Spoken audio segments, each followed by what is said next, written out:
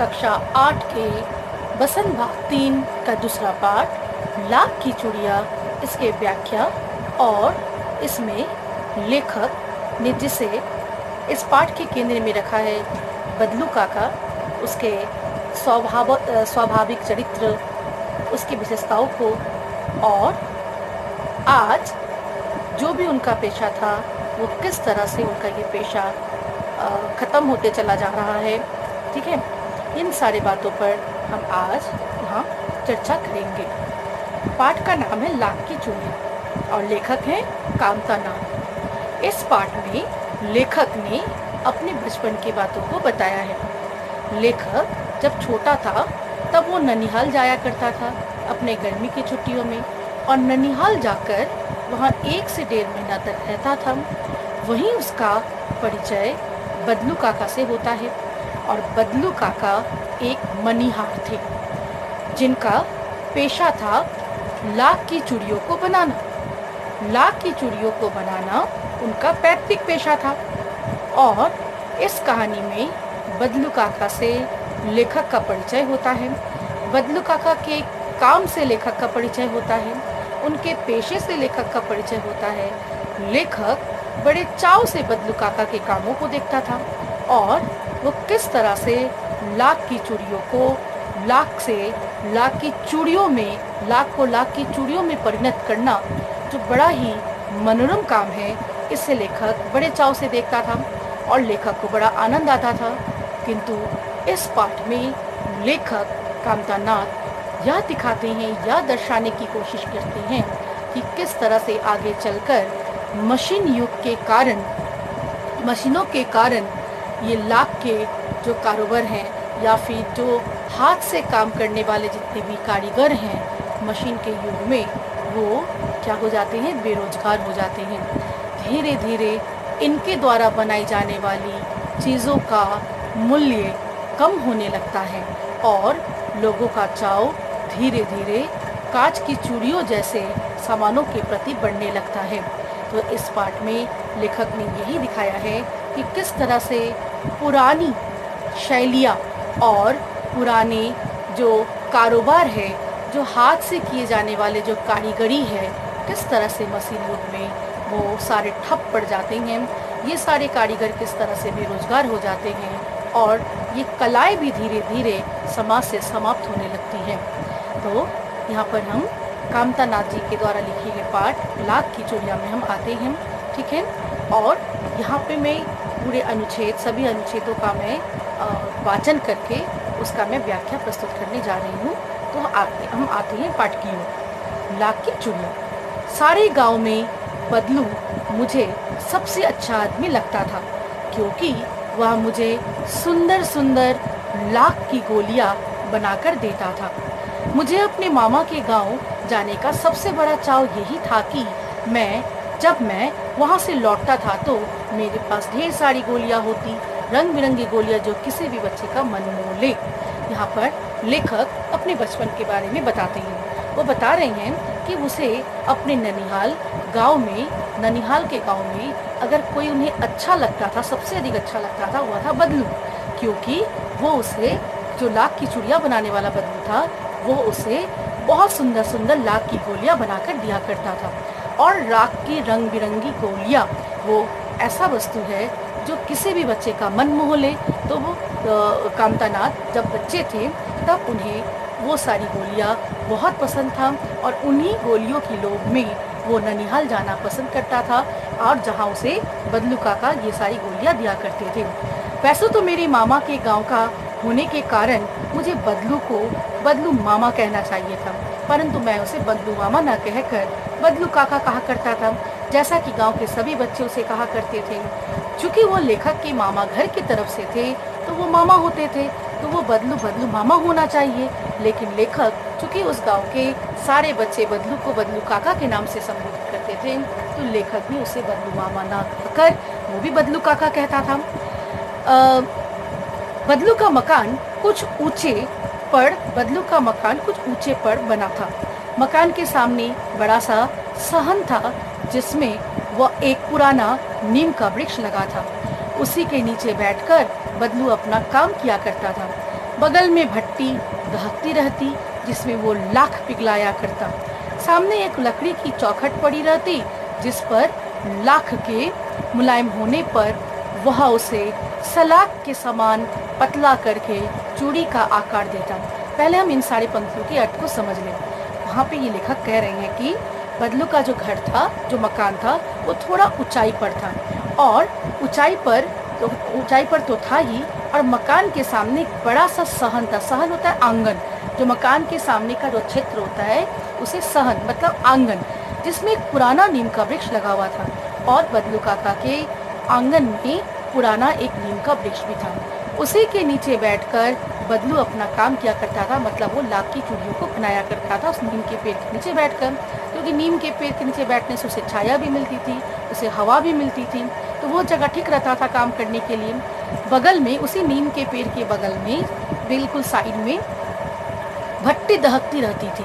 ठीक है, भट्टी मतलब जहाँ पर वहाँ पर आग सुलगता रहता था और जिसमें वो लाख को पिघलाया करता था। उसी भट्टी में वो लाख को डालकर लाख को पिघलाने का काम करता था। लाख के पिघल जाने से तो वो मुलायम बन जाता था, पिघल जाने से वो थोड़ा द्रवीभूत हो जाता था। ठीक है, तो उस समय सामने एक लकड़ी की चौखट मतलब एक चौकोना लकड़ी होता था जिस पर वो पिघले हुए लाख को मतलब वो मुलायम होने पर, लाख मुलायम होने पर वो सलाख के समान, ठीक है, उस लाख वो जो लाख है, मुलायम जो लाख है, उसे वो रखता था और रखने के बाद उसे सलाख कहते हैं लोहे की छड़ी को, लोहे के रॉड को। तो लोहे की छड़ी के समान पतला करके पहले वो उन सारे मतलब वो जो लाख है उस लाख को पहले लोहे की छड़ी की तरह पहले बनाता। लोहे की छड़ी की तरह बनाने के बाद चूड़ी का आकार मतलब गोल गोल का आकार देता। अब गोल का जो आकार वो दे रहा है वो सारे समान तो नहीं आएंगे, एक समान नहीं आएंगे, वो टेढ़े मेढ़े भी रहेंगे। पास में 4-6 विभिन्न आकार की बेलन नुमा मुंगेरियाँ रखी रहती जो आगे से कुछ पतली और पीछे से मोटी होती थी। अब बेलन नुमा मतलब सिलेंड्रिकल, और उसके बाद उस लकड़ी के चौखट में जहाँ पर वो पहले लोहे की छड़ी की तरह बनाता उस लाख को। लाख से पहले मुलायम लाख से वो लोहे की छड़ी पहले बनाता और लोहे की छड़ी को पहले उसके बाद वो चूड़ी का आकार देता। उसके बाद वो क्या करता, उसी लकड़ी के चौखट के पास ही 4-6 विभिन्न आकार की बेलनुमा मुंगरिया होता है लकड़ी के गुटका। ठीक है, जो लकड़ी के गोल गोल गुटके हैं, बेलन जैसे है, बेलन होता है ना रोटी चक्की बेलन जो होते हैं सिलेंड्रिकल, तो बेलन नुमा मुंगेरिया लकड़ी के गुटके रखी रहती थी। उस लकड़ी के गुटके के पहले वाला सिरा, ऊपरी सिरा जो होता है, ठीक है, कुछ पतली होता है और पीछे से मतलब आगे से वो पतली होता है और पीछे से वो मोटा, मतलब इस तरह से वो पहले वो छोटा सा है, मुंह छोटा सा होगा, वो पतली है, पीछे में वो मोटा सा है और वो बड़ा सा है। तो उसमें वो क्या करता था, जो भी चूड़िया वो लाख की चूड़ी का आकार देकर जो भी लोहे की छड़ी की तरह लोहे की छड़ी की लाख को वो लोहे की छड़ी में पहले परिणत करता, लोहे की छड़ी को चूड़ी में परिणत करता। उन सारे चूड़ी को लेकर उस बेलनुमा लकड़ी के गुटकों माने लकड़ी के बेलनुमा मुंगड़िया माने बेलनुमा लकड़ी के गुटकों में डाल देता।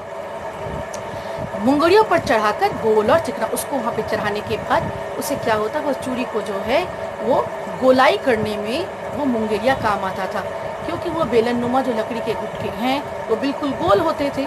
उसमें वो उस बनाए हुए चूड़ी को ढल देता जिसपे वो गोलाई को पूरी अच्छी तरह से ले लेता। ठीक है, वो आकार में एकदम सही बन जाता और वो चिकना भी बन जाता।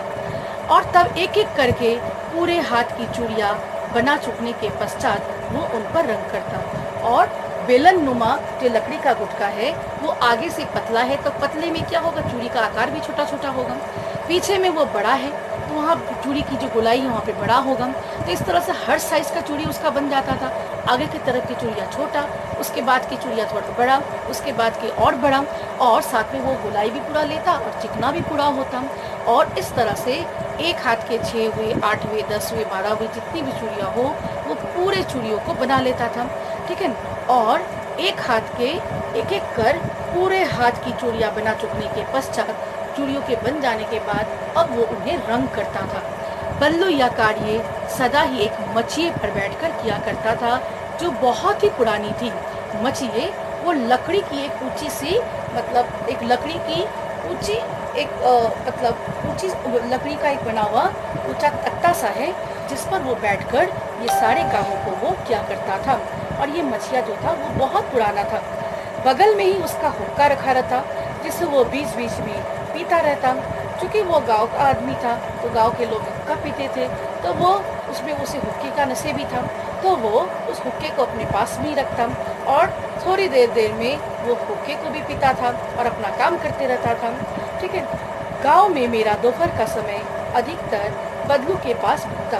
लेखक अपनी बात बता रहा है कि जब वो गांव जाता, उसका दोपहर के समय, सब उस समय रास्ते वगैरह सारे सुनसान हो जाते हैं, सारे लोग अपने घर चले जाते हैं, तो उस समय वो और किसी के पास तो नहीं जाता, लेकिन वो बदलू काका के पास, लेखक जब छोटा था तब वो बदलू काका के पास ही दोपहर का समय बिताता और वो देखता रहता किस तरह से बदलू काका अपना काम किया करते हैं।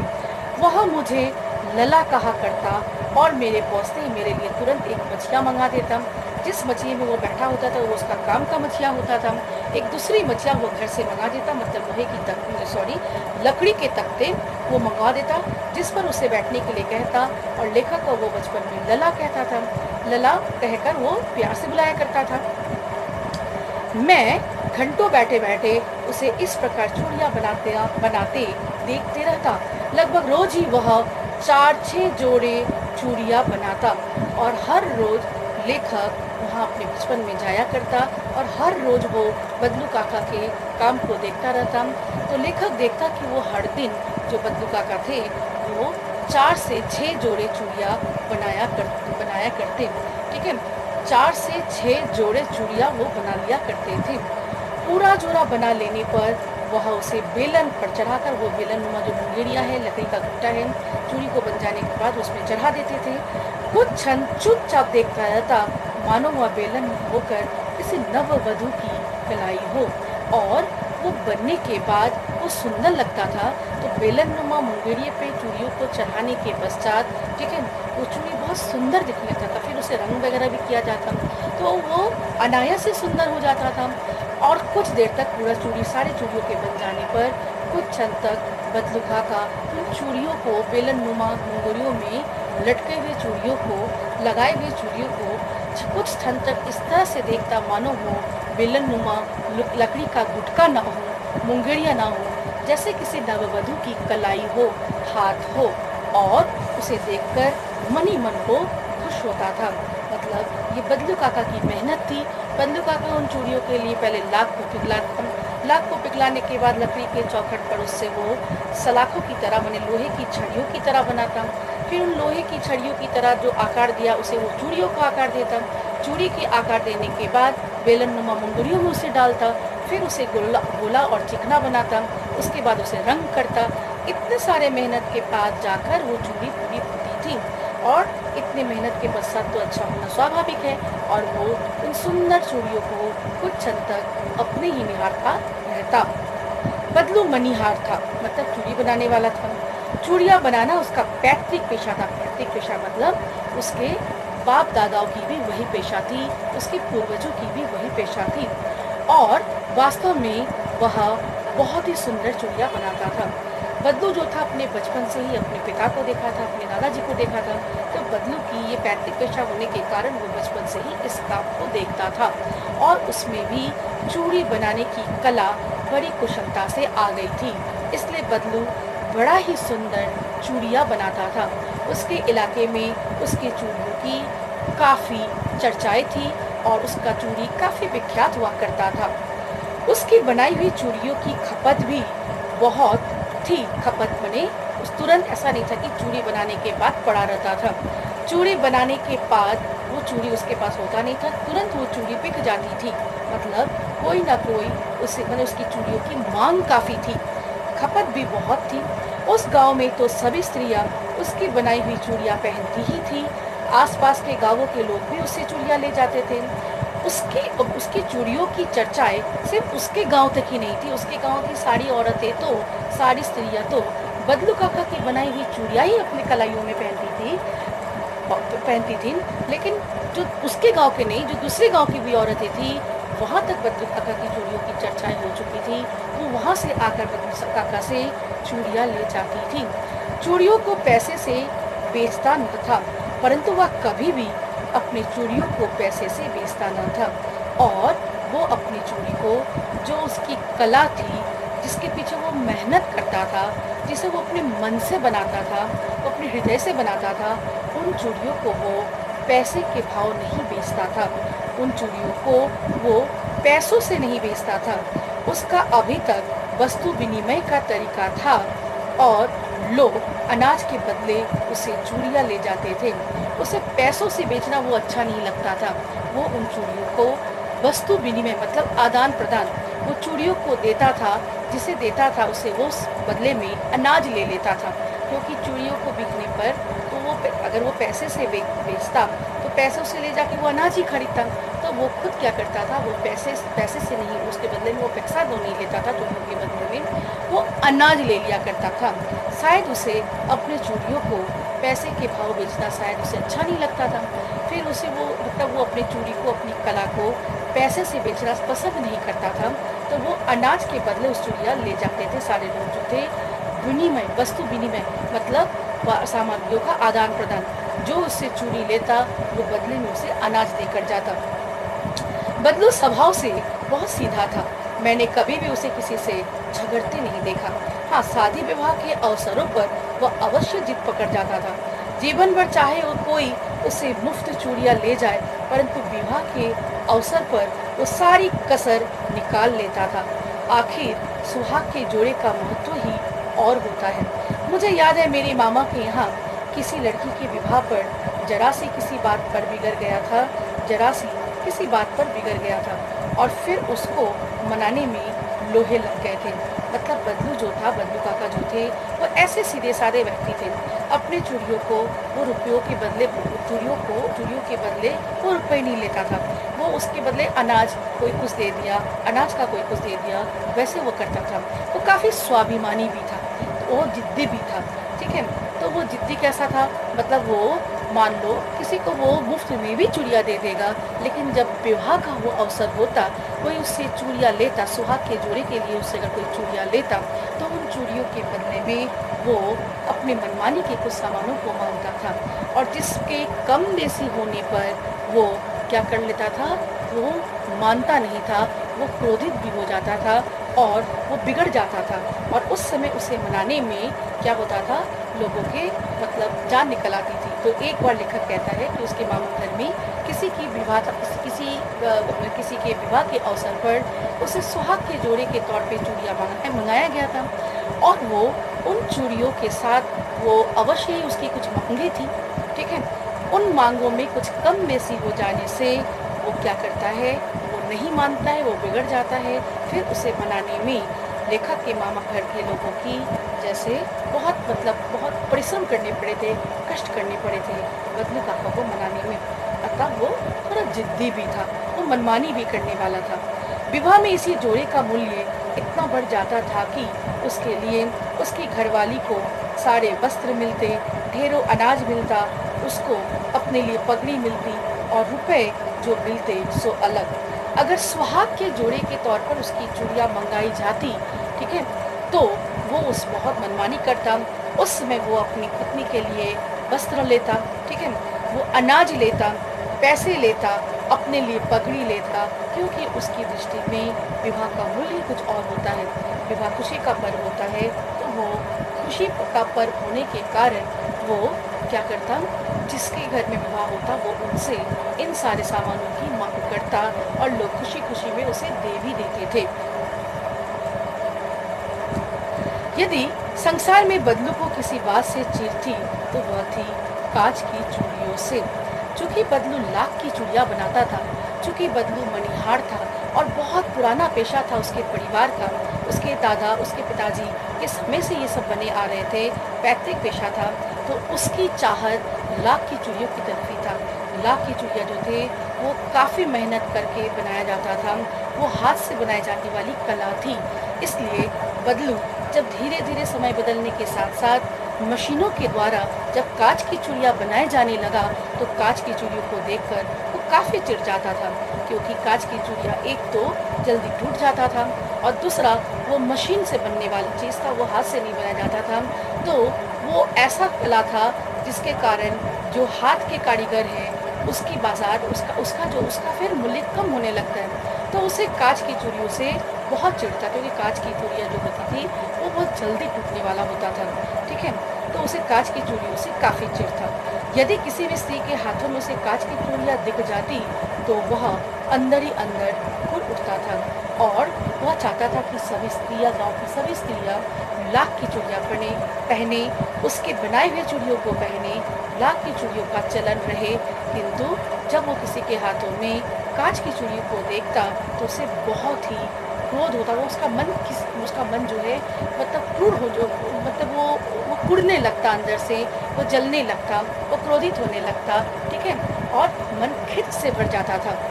कभी-कभी तो 2-4 बातें भी सुना देता था और चूँकि वो लाख की चूड़ियाँ बनाता था, वो तो काँच की चूड़ियाँ नहीं बनाता था, तो वो चाहता था कि सभी लाख की चूड़ियाँ पहने। तो किसी औरत के हाथ में कलाइयों में अगर वो काँच की चूड़ियों को देखता, तो वो पीछे से 2-4 बातें सुना भी देता था, ठीक है? वो गुस्सा के मारे, क्रोध के मारे 2-4 बातें कभी-कभी सुना भी देता था, क्योंकि लाख की चूड़ियाँ पुरानी कला थी और उस पुरानी कला को वो जाने देना नहीं चाहता था। काँच की चूड़ियों का अगर चलन हो जाएगा, प्रचार-प्रसार हो जाएगा, तो लाख की चूड़ियाँ का प्रचार-प्रसार बंद हो जाएगा, चलन खत्म हो जाएगा। तो बदलू काका नहीं चाहता था कि लाख की चूड़ियों का जो प्रचार-प्रसार है, लाख की चूड़ियों का जो चलन है, वो बंद हो जाए। इसलिए वो काँच की चूड़ियों को देखते ही वो क्रोधित हो जाता, जलने लगता था। मुझसे तो वो घंटों बातें किया करता, कभी मेरी पढ़ाई के बारे में पूछता, कभी मेरे घर के बारे में और कभी यूँ ही शहर के जीवन के बारे में। मैं उससे कहता कि शहर में सब काँच की चूड़ियाँ पहनते हैं, तो वो उत्तर देता, शहर की बात और है लला, वहाँ तो सभी कुछ होता है। वहाँ तो औरतें अपने मर्द का हाथ पकड़-कर सड़कों पर घूमती भी हैं और फिर उनकी कलाइयाँ नाजुक होती हैं ना, लाख की चूड़ियाँ पहने तो मूंछ ना आ जाए।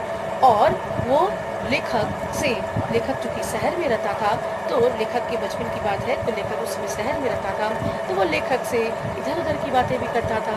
वो लेखक से उसके बचपन की पढ़ाई की बात पूछता था और वो लेखक से उसके घर के लोगों की बात पूछता था और लेखक वो बातों-बातों में कहता था कि शहर की स्त्रियाँ काँच की चूड़ियाँ पहनती हैं। तब वो व्यंग करते हुए कौन? बदलू काका व्यंग करते हुए बदलू काका कहता कि हाँ, शहर की जो औरतें होती हैं उसकी कलाइयाँ बहुत नाजुक होती हैं और वहाँ की जो औरतें होती है, वहाँ की औरतें अगर लाख की चूड़ियों को पहने तो उनके हाथों में मूंछ आ जाएगी। वो व्यंग करता हुआ ऐसा कहता। इस व्यंग में कहीं पर उसकी पीड़ा छिपी हुई है, व्यथा छिपी हुई है और कहीं पर उसका गुस्सा भी छिपा हुआ है। इस व्यंग में ये जो व्यंग करते हुए जो बात को कहता है कि यहाँ पर कि औरत जो होती है, शहर की जो औरतें होती हैं उसकी कलाइयाँ बहुत नाजुक होती हैं। वो अगर लाख की चूड़ियों को पहने तो उसके कलाइयों में मोच आ जाएगी। इस कथन में व्यंग है, मतलब वो अपनी पीड़ा और व्यथा से कहता था कि अगर औरतें काँच की चूड़ियाँ पहनती हैं तो लाख की चूड़ियों का चलन कम हो जाएगा। और उन्हें दुःख इस बात का होता था कि बदलू काका को काँच की चूड़ियाँ बनाना नहीं आता, वो हाथ से नहीं बनता, उसके लिए मशीन की आवश्यकता है और बदलू काका तो लाख की चूड़ियों को बनाना जानते थे। बदलू काका को ये भय था कि कहीं धीरे-धीरे सारी औरतें काँच की चूड़ियों को पहनना ही नापसंद करें, तो फिर उसका जो ये पेशा है, उसका जो ये पैतृक पेशा है, पूर्वजों की पेशा है, फिर ये समाप्त हो जाएगा। तो उस बात से वो क्रोधित भी हो जाता था, ठीक है? ये सोचकर वो क्रोधित भी हो जाता था और वो मन ही मन दुखी भी होता था। तभी वो व्यंग करते हुए ये बात कहता है। और कभी-कभी बदलू मेरी अच्छी खासी खातिर भी करता। जिन दिनों उसकी गाय के दूध होता वह सदा मेरे लिए मलाई बचा कर रखता और आम की फसल में तो मैं रोज ही उसके यहाँ से 2-4 आम खा आता। परंतु इन सब बातों के अतिरिक्त जिस कारण वो मुझे अच्छा लगता हुआ था कि लगभग रोज ही वह मेरे लिए 1-2 गोलियाँ बना देता। लेखक कहते हैं कि जब वो छोटा था तब वो बदलू काका के यहाँ गर्मी के समय जाया करता था ना, तो गर्मी के समय आम का मौसम होता है, तो वो आम खाता। बदलू काका के खेत से आम लेकर 2-4 आम खाता, उसे वो कुछ नहीं कहता, वो आम खाने के लिए देता। साथ ही बदलू काका का अपनी गाय भी थी, उस गाय के दूध का मलाई वो बचा कर रखता, किसके लिए? लेखक के लिए। लेखक वो मलाई खाता, आम खाता, और इससे भी बड़ी बात यह थी कि लेखक वो हर रोज़ 1-2 रंग-बिरंगी लाख की गोलियाँ बनाकर दिया करता था, जिसकी चाव लेखक को काफ़ी था और वो उन गोलियों से काफ़ी खुश हो जाता था। मैं बहुधा हर गर्मी की छुट्टी में अपने मामा के यहाँ चला जाता और 1 आध महीने वह रहकर स्कूल खुलने के समय तक वापस आ जाता। परंतु 2-3 बारी मैं अपने मामा के यहाँ गया होऊँगा, तभी मेरे पिता की एक दूर के शहर में बदली हो गई और एक लंबी अवधि तक मैं अपने मामा के गाँव न जा सका। तब लगभग 8-10 वर्षों के बाद जब मैं वहाँ गया तो इतना बड़ा हो चुका था कि लाख की गोलियों में मेरी रुचि नहीं रह गई थी। अतः गाँव में होते हुए भी कई दिनों तक मुझे बंदूक का ध्यान न आया। इस बीच मैंने देखा कि गाँव के लगभग सभी स्त्रियाँ कांच की चूड़ियाँ पहन ही हैं।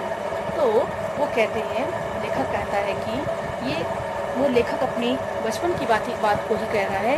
लेखक कहता है कि एक बार वो ऐसे तो वो हर गर्मी की छुट्टी में अपने मामा के घर जाया करता था और बदलू काका से मिलता था, किंतु जब उसके पिता की बदली दूर के शहर में हो गया, उस समय हर साल जिस तरह से वो गाँव जाया करता था, गाँव जाना उसका बंद हो गया और 8-10 वर्षों के बाद, एक लंबी अवधि के बाद वो गाँव आया था।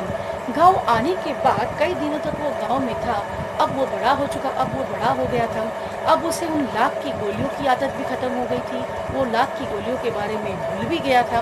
लाख की गोलियों के प्रति उसके मन में अब कोई रुचि भी नहीं थी और वो बदलू काका का ध्यान भी भूला तो नहीं था, लेकिन 3-4 दिन से वो गाँव में रहने पर भी, कई दिनों से वो गाँव में रहने पर भी उसे बदलू काका का ध्यान नहीं आया था और वो देखने लगा कि गाँव में काफ़ी परिवर्तन आ गया है। गाँव की औरतों के हाथ में, जब वो पहले गाँव जाता था तब वो देखता था कि गाँव की सारी औरतों के हाथ में लाख की चूड़ियाँ हुआ करती थी, किंतु अब जब वो 8-10 सालों के बाद वो गाँव आया था, वो देखता है कि अधिकतर गाँव की औरतों के हाथ में अब कांच की चूड़ियाँ हैं, लाख की चूड़ियाँ नहीं हैं। बिरले ही हाथों में मैंने लाख की चूड़ियाँ देखी। बिरले माने बहुत कम स्त्रियों के हाथों में उसने लाख की चूड़ियों को देखा।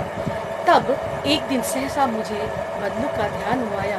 बात यह हुई कि बरसात में मेरे मामा की छोटी लड़की आंगन में फिसल कर गिर पड़ी और उसके हाथ की कांच की चूड़ी टूटकर उसकी कलाई में घुस गई और उससे खून बहने लगा। मेरे मामा उस समय घर पर न थे, मुझे ही उसकी मरहम पट्टी करनी पड़ी। तभी सहसा मुझे बदलू का ध्यान आया और मैंने सोचा कि उससे मिल आऊं, क्योंकि जो कांच की चूड़ियाँ होती थी उसे बदलू काका पसंद नहीं करते थे। कांच की चूड़ियों को देखते ही बदलू काका को क्रोध होने लगता था। तो एक दिन लेखक के मामा की बेटी जो है वो अचानक पैर फिसल कर गिर जाती है। बरसात के दिन होने के कारण अचानक पैर फिसल कर गिर जाती है और उसके हाथ की कांच की चूड़ियाँ टूटकर उसके हाथ में गिर जाने से उसके हाथों से खून निकलने लगता है। उस समय लेखक को ही उसकी मरहम पट्टी करनी पड़ी थी और उसके खून को बंद करने पड़े थे। उस दिन उसे बदलू काका का काफ़ी ध्यान आया और वो तय किया कि वो अवश्य बदलू काका से जाकर मिलेगा। अतः शाम को मैं घूमते घूमते उसके घर चला गया। बदलू वही चबूतरे पर नीम के नीचे एक खाट पर लेटा था। वो उसी दिन शाम में घूमते घूमते बदलू काका का ध्यान हुआ था, इसलिए वो बदलू काका के घर गया। जाकर वो देखता है कि जिस नीम के पेड़ के नीचे बैठकर वो अपना काम किया करता था, उसी नीम के पेड़ के नीचे एक खाट पर वह जो है लेटा हुआ है। नमस्ते बदलू काका, मैंने कहा। नमस्ते भैया। उसने मेरी नमस्ते का उत्तर दिया और उठकर खाट पर बैठ गया, परंतु उसने मुझे पहचाना नहीं और देर तक मेरी ओर निहारता रहा। चूँकि लेखक 8-10 साल बाद गया था, अब लेखक काफ़ी बड़ा हो गया था। अब वो लेखक जो है, लेखक को देखकर बदलू काका पहचान नहीं पाया था। शुरू में पहचान नहीं पाया था। काफ़ी देर तक वो लेखक के चेहरे की ओर वो देखता रहा। मैं हूँ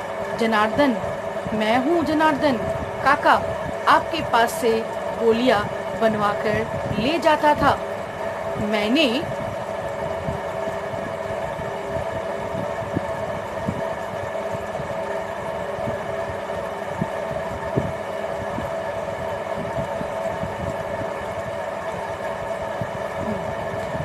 मैं हूँ जनार्दन काका, आपके पास से गोलियां बनाकर ले जाता था। मैंने अपना परिचय दिया। बदलू फिर भी चुप रहा, मानो वो अपने स्मृति पटल पर अतीत के चित्र उतार रहा हो।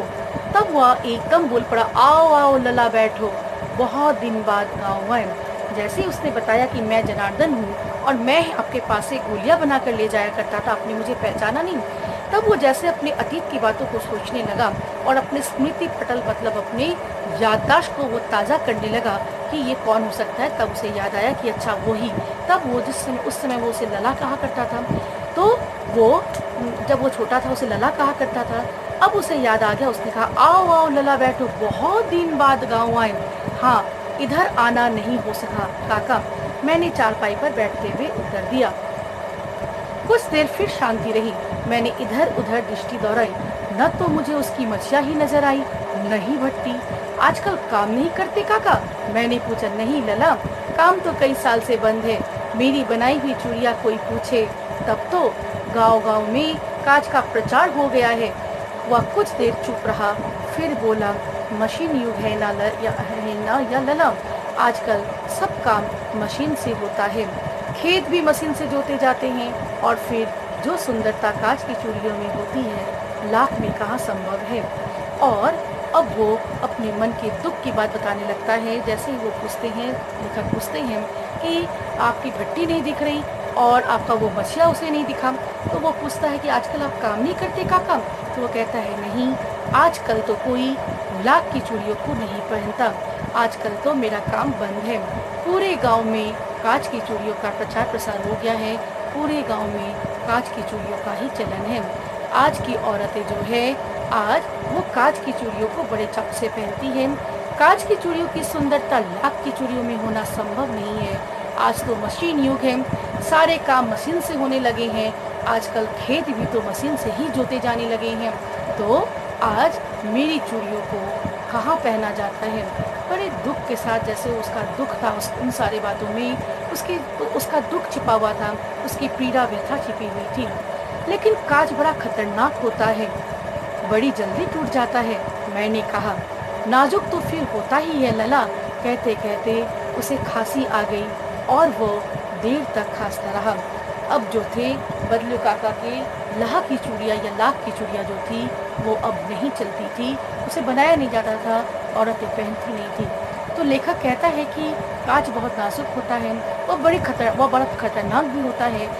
बड़ी जल्दी वो टूट जाता है और टूट जाने से वो हाथों में गड़ जाता है, उससे खून भी निकलने लगता है। तो बदलू काका जो है वो कहते हैं कि हाँ, नाजुक तो होती है, कहकर वो खांसने लगते हैं। अर्थात वो उसकी तबीयत भी अब ठीक नहीं रहती थी, स्वास्थ्य की दृष्टि से भी उसका स्वास्थ्य बिगड़ने लगा था, अब वो बीमार भी होने लगे थे। मुझे लगा उसे दमा है। अवस्था के साथ साथ उसका शरीर ढल चुका था, उसके हाथों पर और माथे पर नसें उभर आई थी। बदलू काका अब काफ़ी बूढ़े हो गए थे। समय के साथ साथ उनकी शारीरिक अवस्था भी क्षीण पड़ने लगी थी। शारीरिक अवस्था उनकी अब अच्छी नहीं थी, अब वो कमज़ोर होने लगे थे, वो दुर्बल भी हो गए थे। उनके हाथों पर और उनके माथे पर नसें उभर आई थी। ठीक है, तो लेखक अच्छी तरह से समझ रहा था कि बदलू काका अब पहले की तरह नहीं रहे, उन्हें दमा भी है और अवश्य ही उनके पास रुपयों की कमी हो गई है। उनके अभी लाख की चूड़ियाँ वाले जो कारोबार है वो अब बंद है, अब वो चलता नहीं है। तो उनकी जीविका तो लाख की चूड़ियों से ही चलता था, मतलब उसकी जीविका भी बहुत मुश्किल से चल रहा होगा। लेखक ये भली बात समझ गए। तो वो अपनी चिकित्सा के लिए भी उनके पास, अगर उसे दम्मा है तो अपनी चिकित्सा के लिए भी उनके पास पैसे नहीं थे, ये लेखक समझ रहा था। उसकी हालत अब बिगड़ चुकी थी। जाने कैसे उसने मेरी शंका भाप ली और बोला, दमा नहीं है, मुझे फसली खांसी है। वो तुरंत कहने लगे कि मुझे, जो बात लेखक मन ही मन सोच रहा था कि शायद बदलू काका को दमा है, तो वो कह उठे कि मुझे दमा नहीं है, ये फसली खांसी है। मतलब ये इसी समय का, मतलब चूँकि अभी समय बदला है, मौसम बदलने के कारण ये खांसी मुझे हुआ है, जो कुछ ही दिन में मुझे ठीक हो जाएगा। यही महीने 2 महीने से आ रही है, 10-15 दिन में ठीक हो जाएगी। मैं चुप रहा। मुझे लगा उसके अंदर बहुत कोई बहुत बड़ी व्यथा छिपी है। मैं देर तक सोचता रहा कि इस मशीन युग ने कितने हाथ काट दिए हैं। कुछ देर फिर शांति रही जो मुझे अच्छी नहीं लगी। बदलू काका जो पहले लेखक से कितनी बातें किया करता था, इधर उधर की बातें किया करता था, अब जैसे वो बार बार चुप हो जाता है, वो बार बार रुक जाता है बात करते करते।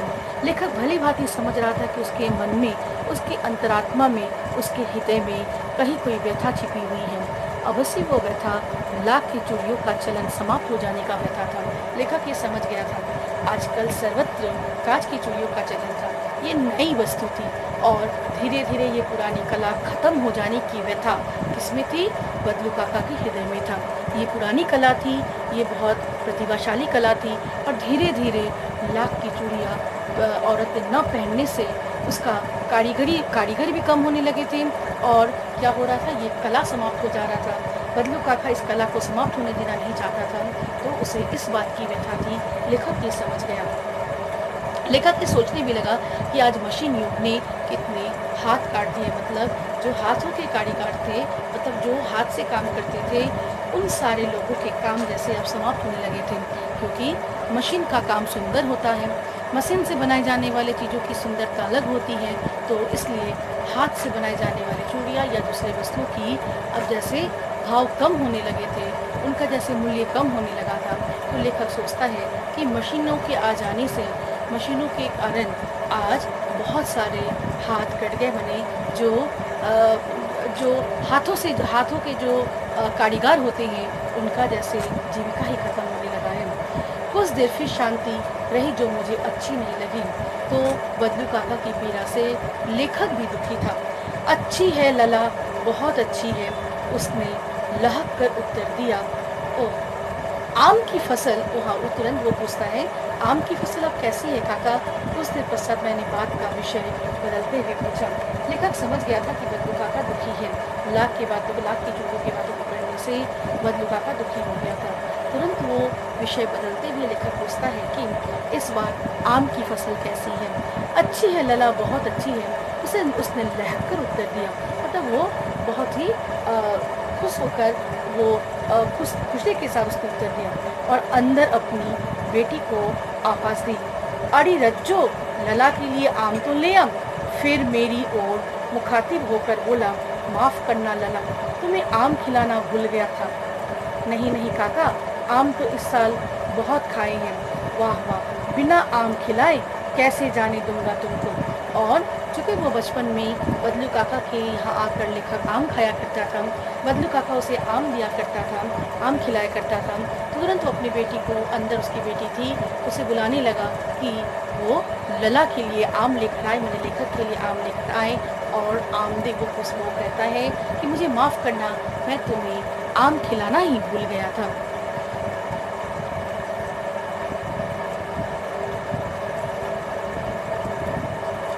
मैं चुप हो गया। मुझे वे दिन याद हो आए जब वो मेरे लिए मलाई बचा कर रखता था। गाय तो अच्छी है ना काका? मैंने पूछा। गाय कहाँ है लला? 2 साल हुए बेच दी। कहाँ से खिलाता? इतने में रज्जो, उसकी बेटी, अंदर से एक डलिया में ढेर से आम ले आई। यह तो बहुत है काका, इतने कहाँ खा पाऊंगा? मैंने कहा। वाह वाह वाह वाह, वह हंस पड़ा। शहरी ठहरे ना, मैं तुम्हारी उम्र का था तो इसके चौगुने आम एक वक्त में खा जाता था। अब बदलू काका थोड़ा उससे मजाक भी करने लगे। बदलू काका कहता है, जब लेखक कहता है कि इतने आम मैं नहीं खा पाऊंगा, तो वो कहता है कि तुम शहरी हो, शहर के लोग काफ़ी नाजुक होते हैं, वो इतना खाना खा नहीं पाते हैं क्योंकि वो पचा नहीं पाएंगे। तो वो कहते हैं कि जब मैं तुम्हारी उम्र का था, मैं एक ही बार में इतना, इससे चौगुना आम खा लेता था और तुम इसे नहीं खा पाओगे। आप लोगों की बात और है, मैंने उत्तर दिया। अच्छा बेटी, लला को 4-5 आम छाँट कर दो, सिंदूरी वाले देना, जो लाल लाल आम है, सिंदूरी माने लाल लाल अच्छे आम। उसकी बेटी को उसने देने के लिए कहा, ठीक है। उसकी बेटी से उसने कहा कि लाल लाल सुंदर सुंदर आम छाँट कर लेखक लला को दो। देखो लला कैसे हैं, इसी साल ये पेड़ तैयार हुआ है। रज्जू ने 4-5 आम अंजुली में लेकर मेरी ओर बढ़ा दी। अंजुली माने हथेली में लेकर। आम लेने के लिए मैंने हाथ बढ़ाया तो मेरी निगाह एक क्षण के लिए उसके हाथों पर ठिठक गई और उसके हाथ मतलब बदलू काका की बेटी के हाथों की ओर उसकी आंखें ठिठक गई। वो आम लेने के लिए अपनी हथेली को लेखक की ओर बढ़ाई तो लेखक की निगाहें उसकी कलाइयों पर ठिठक गई। क्यों क्यों क्या था देखते हैं। गोरी गोरी कलाइयों पर लाख की चूड़ियाँ बहुत फब रही थी। मतलब गोरी गोरी कलाइयों पर जो लाख की चूड़ियाँ वो पहन रखी थी वो काफ़ी उस पर जच रही थी। बदलू ने मेरी दृष्टि देख ली और बोल पड़ा, यही आखिरी जोड़ा बनाया था जमींदार साहब की बेटी के विवाह पर। 10 आने पैसे मुझको दे रहे थे, मैंने जोड़ा नहीं दिया, कहा शहर से ले आओ। और बदलू काका जब लेखक उसकी बेटी की कलाइयों पर लाख की चूड़ियाँ थी, उन लाख की चूड़ियों को वो निहार रहा था। सुंदर सुंदर लाख की चूड़ियाँ जो उसकी बेटी की कलाइयों पर बहुत सुंदर तरीके से जच रहा था। उसकी ओर वो जब देख रहा था उस समय बदलू काका ने लेखक को देख लिया था। बदलू काका उसे कहता है कि यह मेरे हाथों की बनाई हुई अंतिम जोड़ी चूड़ी है जिसे मैं जमींदार की बेटी के लिए बनाया था। जमींदार साहब की बेटी के विवाह पर मैंने इन चूड़ियों को बनाया था, किंतु पैसे देते समय वो मुझे 10 आने पैसे दे रहा था। इतनी मेहनत की इन चूड़ियों के पीछे बहुत मेहनत करता है, जिसे बड़े सस्ते में जमींदार खरीदना चाह रहा था। उस समय बदलू काका उन चूड़ियों को जमींदार को नहीं दिया। उसने सिर्फ विनम्र स्वभाव में कहा कि शहर से ले लेना, ये चूड़ियाँ मैं तुम्हें नहीं दे सकता। मतलब बदलू काका की स्वाभिमानी बर्ताव को भी हम देखते हैं। उसके काफ़ी स्वाभिमानी था, बदलू काका काफ़ी स्वाभिमानी भी था। बदलू काका काफ़ी मेहनत करके उन चूड़ियों को बनाता था और उन चूड़ियों के पीछे जो मेहनत होती थी उस मेहनत को जमींदार समझा नहीं था। ठीक है, तो वो भले ही लाख की चूड़ियों का बाज़ार खराब हो चुका था, भले ही लाख की चूड़ियों का बाज़ार समाप्त हो गया था, गांव में अब लाख की चूड़ियों का चलन नहीं था। सारी औरतें अब कांच की चूड़ियाँ पहनने लगी थी, लेकिन बदलू काका का स्वाभिमान नहीं गया था। बदलू काका वो किसी भी हालत में वो अपनी उस मेहनत से बनाई गई चूड़ियों को उतने कम पैसों में देना उसे मंजूर नहीं था। उसने नहीं दिया, अर्थात बदलू काका काफ़ी स्वाभिमानी थे। मैंने आम तो लिए और खाकर थोड़ी देर पश्चात आम ले लिए और खाकर थोड़ी देर पश्चात चलाया। मुझे प्रसन्नता हुई कि बदलू ने हारकर भी हार नहीं मानी थी। उसे लेखक को काफ़ी प्रसन्नता हुआ। लेखक को इस बात की प्रसन्नता थी कि भले ही बदलू काका का व्यवसाय खत्म हो गया था, लाख की चूड़ियों का चलन समाप्त हो गया था, अर्थात बदलू काका हार चुके थे। अब वो लेकिन हारने पर भी वो मन से नहीं हारे थे। ठीक है, कांच की चूड़ियों की तरह उनका स्वाभिमान नहीं टूटा था। उसने अपने लाख की चूड़ियों के मेहनत के पीछे उसने उन चूड़ियों के पीछे जो मेहनत किया था, उस मेहनत का अभिमान उसके मन में था। हारकर भी हार ना मानी थी। उसे इस बात का प्रसन्नता थी, लेखक को इस बात का प्रसन्नता थी कि क्या होता है कि बाज़ार बहुत ख़राब होने के कारण मेहनत के वस्तुओं को भी बहुत पानी के भाव में बहुत लोग बेच देते हैं, लेकिन बदलू काका ने ऐसा नहीं किया। उसने अपनी मेहनत को पानी के भाव जाने नहीं दिया। उसके मन में गर्व था कि वो बहुत मेहनत से उसे बनाया है, इसलिए वो उसे पानी के भाव जाने नहीं देगा, वो इतना कम भाव में उसे जाने नहीं देगा। मेहनत का अभिमान उसके मन में था, मेहनत का गर्व उसके मन में था और इसलिए उसे पैसे की सख्त ज़रूरत थी। ठीक है, फिर भी उसने पैसे के लिए अपने लाख की चूड़ियों को जमींदार की बेटी की विवाह में नहीं बेचा। उसका व्यक्तित्व तो कांच की चूड़ियों जैसा न था जो आसानी से टूट जाए। भले ही उसके पास पैसे नहीं थे, भले ही उसके पास पैसे की कमी हो गया था और उसका व्यवसाय जो था, उसका कारोबार जो था वो बंद हो गया था, किंतु फिर भी उसके व्यक्तित्व में क्या नहीं था, उसका व्यक्तित्व अब भी वैसा ही था। मतलब उसका व्यक्तित्व एकदम नाजुक सा नहीं था, खोखला नहीं था। उसका व्यक्तित्व काफ़ी मजबूत था और वो स्वाभिमानी था। उसे अपने लाख की चूड़ियों का अभिमान, उसे काफ़ी गर्व था कि वो लाख की चूड़ियों को बनाता था। तो उसका व्यक्तित्व में किसी प्रकार की कोई भी मतलब वो काँच की चूड़ी जैसा उसका व्यक्तित्व नाज़ुक नहीं था। उसका व्यक्तित्व अब भी काफ़ी अभिमान और गर्व से भरा हुआ था। तो यहाँ पर हम देखते हैं कि बदलू काका जो काफ़ी सीधे-साधे व्यक्ति थे, जो कभी भी गाँव में किसी से झगड़ा नहीं करते थे। हाँ, भले ही वो थोड़े ज़िद्दी थे, वो मनमानी किया करते थे, लेकिन कब जब किसी का विवाह का अवसर होता, तो उस समय जब उससे सुहाग की जोड़ी मंगवाए जाते, तो उस समय वो मनमानी करके अपने लिए और अपने परिवार के लिए कुछ चीज़ों की माँग करता था, ठीक है? और वो काफ़ी स्वाभिमानी था, तभी वो 10 आने, गाँव में 10 आने का अर्थ होता है 60 पैसे। 1 आना मतलब 6 पैसे, तो 10 आना माने 60 पैसे।